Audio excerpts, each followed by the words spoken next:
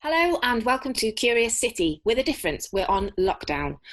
This is all about helping creative freelancers, indie businesses, arts companies raise awareness about their current plight and tell you how you can help them. So if you're keen to get in touch or you know someone that needs some help, please email me, letty@kurious.art. And just to say, we are recording this online, so the audio isn't usual industry studio spec. So forgive us for that and enjoy. Hello and welcome to another episode of Kurious City on Lockdown. Today I am talking to Sean Morley, who's, well, he was an award-winning comedian and promoter, now significantly unemployed. Thanks for having me. You're really welcome. So first things first, you are a survivor. Oh yeah, I've had what I believe to be COVID. As some people might know, the ability to be conclusive with that is quite limited right now. But quite tricky, yeah. Probably very unlucky if I caught something else that's similar to COVID, which has allowed me to believe I have COVID, but actually I'm still as susceptible as everyone else. So what was it like? Not awful. It's kind of grim. It's not great. Fever, bedbound. Not too many respiratory problems, which throws in a bit of ambiguity about what I actually was. But again, like, we're living in this strange world where, like, Public Health England will give you this very simplified bit of information, like COVID equals cough, and that's like the limits of what it is. But then if you go on the World Health Organization, turns out COVID's actually a very complicated illness with lots of ways of presenting inside the human body. And could you just, for our listeners, where are you today? What's your quarantine existence like on a day-to-day basis? Well, my day-to-day basis has only really cropped up since I recovered. My day-to-day basis before that was lying in bed. So I've had a real, like, 28 days later kind of experience where I was ill and completely quarantined before the lockdown. And now I do have the ability to go on, like, my mandated walk. And I've only been out of the house like once or twice. But it's really eerie because I didn't get to see that, like, gradual shift to this complete ghost town. So at the moment, I'm mainly just staying around in the house. I'm doing a lot more podcasts. I've done a few live streams. You're doing your podcast and some live streams? Yeah, podcasts and live streams at the moment. So actually my diary, which I've just had to, like, flush out, is now starting to have more bits and pieces in it again, which is nice. Great. So, yeah, what is obviously we've heard about the personal impact of the virus, but I mean, professionally, what does it mean for you? Well, I mean, no income. So if we think of a profession as a way of earning money, it has meant the complete cessation of having a profession. I guess it's, like, given me a time to reflect and stop. I've been performing and promoting comedy since university, so that's like 18, and I'm 30 now. So, like, this is the first time I've existed as an adult outside of, like, a loop of monthly events. I've never not had a show to promote as an adult. So it's been kind of eerie. It's like having the bends. Yeah. You know what I mean? Like, I'm not... Usually around 6 o'clock, 7 o'clock, I will get on social media and be like, what is not selling enough? What do I need to start hammering on about online? And now I can just post what I like or not post anything in that early evening window. It's incredible. It's quite liberating. And I think I might come back to it with, like, I think I might change a lot of things and not just resume business as usual. Yeah, I've never had a chance to reflect on, you know, the fundamentals of what I was doing and why I was doing it, because there's not enough hours in the day sometimes. No, I think people are feeling that a lot. But I mean, can you give us an idea of, I mean, are you going to sort of reevaluate to the point of, I'm going to become a dentist? Or are you going to stick with the comedy but maybe approach it slightly differently? Or how do you think these moments of reflection are going to manifest themselves? Okay, well, I'll try and describe an idea I have in my head, but if I can give, like, the proviso, it's kind of primordial and probably a bit nebulous. But I've always had this idea that like comedy showcases, and I guess like to a degree, like the idea of a showcase format that exists in the arts is always there as a kind of practical necessity, but from like an artistic perspective, it's quite limited. The idea that we've got these disparate people from disparate places who are just coming and performing like this predetermined set that they do, and then they're going off again. And what you're sort of seeing is a little collage of like completely unconnected ideas. Yeah. And that's sort of how the industry turns on those, because it makes sense and it's practical and it's modular and it can all fit together. But I've ended up getting really into like, I guess I've had an interest in like the New York experimental comedy scene, where everyone lives in one city enough, and it's so much more extreme in its competitiveness than London, that people have ended up doing far more fringe ideas. And a lot of those are like complete novelty format nights where everyone's made one idea with a massive collaborative emphasis that will exist once and then disappear. And I tried my hands at doing that kind of thing in the past. I dedicated 1 year to doing a show a month that was made collaboratively and would only happen once. And it kind of killed me and broke my back a little bit. But you're going to go back to that? I want to find something in the spirit of it that's not as backbreaking. But I don't know by how. Collaborative, do you mean pulling together lots of different comedians? Yeah, a team of sorts, yeah. Well, you know where you can do that, don't you? Well, this is a talk I was planning to have. Right. Yeah, you can come and have it at the Curiosity Shop, which is going to be the new venue when all this is over. Nice. So can we just talk a little bit about Edinburgh? Were you going to go to Edinburgh this year? Yeah, I had. I had paid my registration fees, and I was just about to pay my down payment on my accommodation, but luckily I had asked if I could have a week or two, because I had lots of shows. Which is almost certainly where I caught COVID, but it also allowed me to ask for a reprieve from my down payment. And I mean, do you think that what's the impact? I mean, obviously it's difficult to predict, but the cancellation of Edinburgh, what kind of impact is that going to have, or might potentially have, on the comedy industry? Oh, wow. Do you know what? I think it's going to be a double-edged sword.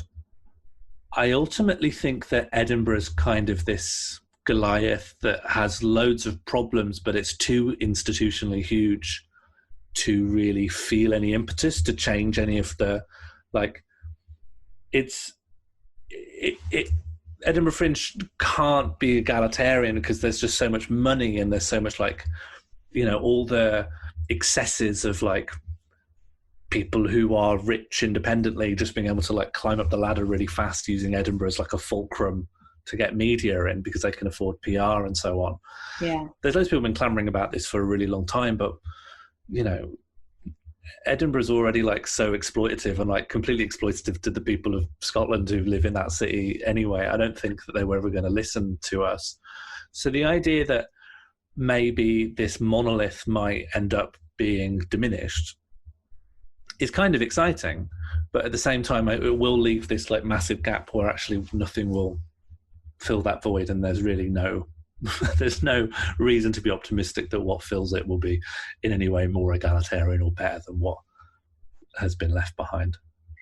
So I mean, I keep thinking about you know, all these comedians across the country kind of sort of suddenly their main focus for the year has been kiboshed. I mean, do you think there's going to be a lot of furious writing going on for next shows, or what do you think all of the funny people in the world are going to be spending this time doing? I mean, the comedy community is so vast that I think they're going to go in 1,000,001 different directions. I think a lot of people who are a bit older in the tooth are just going to be like, well, I'll just do Edinburgh next year, and you know, they know what their routine and their pattern for their year looks like, so this is just a bad year and then it will go back to being business as usual. But then I think people who are like someone like myself, I've had to develop a way of doing live streams, and I've come up with a little format with that like embeds the idea of donations as a ticket price and a way of interacting with the stream. And I could get, if I got to the point where that just earned me the same amount per stream as a gig would, then post-pandemic, if everything returns to normal, I kind of have a new thing I could continue to explore. I don't have the captive audience that I'm currently provided, but Yet. Well, I just mean at the moment everyone's trapped indoors, so I'm just going to get a larger percentage of people. Yeah. Now that I'm not competing with nature, cinema, friendship, socializing, alcohol. Yeah. I don't think I can compete with all of those. I don't know. You can always try. Oh, I will always try. I'm just just want to be glumly realistic. Okay, can you tell us about the live streams that you're doing, where people can find them, what they can expect, how it works? So I've set up a Twitch account just because it's like one of the biggest live streaming platforms, and therefore it's not too complicated to learn. What was the name of that? Twitch.tv. Twitch.tv. Yeah, so it was originally like just for gaming streams, because that's like streaming and gaming they've just ended up having the overlap, like streaming is so associated with people playing video games. But it has, before the pandemic, it did already branch out to like people doing art and music, and a lot of people are just chatting or eating food. Are you aware of that? I think it's like more of an East Asian trend of people eating meals with you as being like a live stream thing, because it evokes the idea of family and community. Wow. What, so you go and eat food with strangers? So there are influencers whose appeal revolves around the fact they'll make a really nice meal and they will eat it in front of you and ask about your day. Wow. It's nice. It feels nice. I haven't really done it, but I've watched a couple. I think I'm going to have to do it. Yeah, the idea is you eat your meal as well, and it means. Oh right, okay. So you don't eat theirs, yeah, fine. I mean, there's no way. You can. I think to get in the spirit of it, you ought to be eating as well. Yeah. Okay. Yeah. So what's your sort of addressy, handly thing? Where do people find you? So I'm at twitch.tv/Sean Mall. So my name's Sean Morley, but that's not an uncommon enough name, so I've dropped the last two letters to be Sean Mall, which is a unique handle on most platforms. Excellent. So that's where you'll find me. I'm on there very regularly, and you're better off following me on social media to find out when I'll be doing anything. I'm trying to make my streams more like shows, even though a lot of live streams are supposed to be like ambient and you're sort of just watching someone chill out for like 3 or 4 hours. I'm trying to make mine like hour-long productions.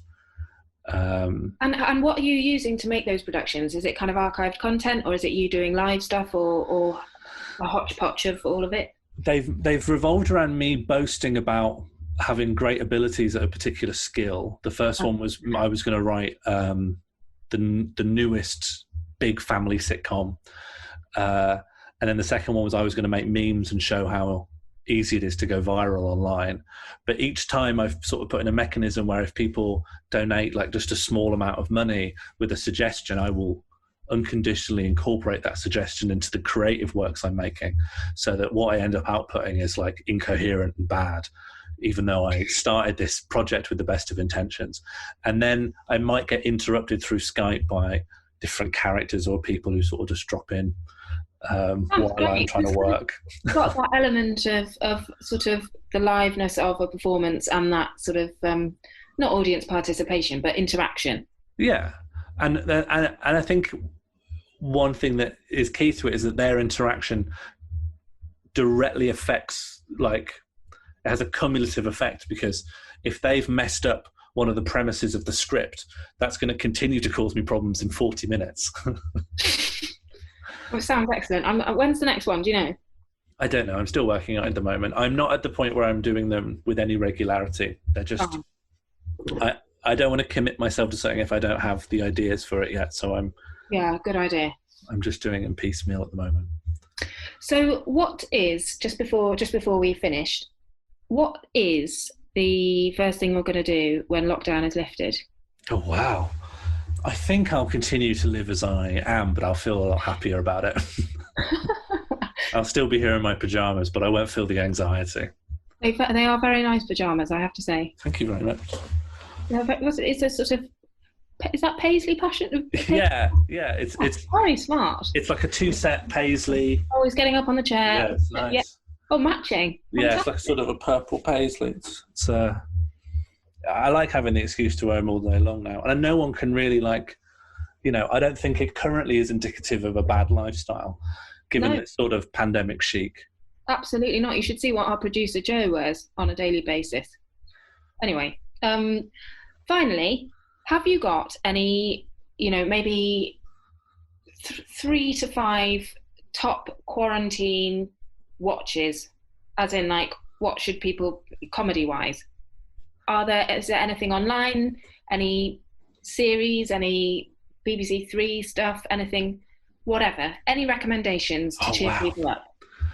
I'm a big fan of the original public access Chris Gethard show, which is all on YouTube. I think Next Up Comedy is a great place to subscribe to if you want to see interesting UK comedy. I think Stathlet's Flats is still on 4OD. Yeah. Check that out. Wrong choice. Delightful Sausage is going to be releasing a podcast called Tiredness Kills. I think that's going to be very good. Yeah. You can listen to my podcast, Mandatory Redistribution Party, a left-wing politics comedy podcast. Definitely. Tick. And that's 4, right in between the range I was asked for. Oh, perfect. Sean Morley, thank you very, very much. Thank you for having me. Let us know when the next live stream's happening, and we'll get it out and about. Will do. Thank you very much. Thank you. A Kurious Arts production.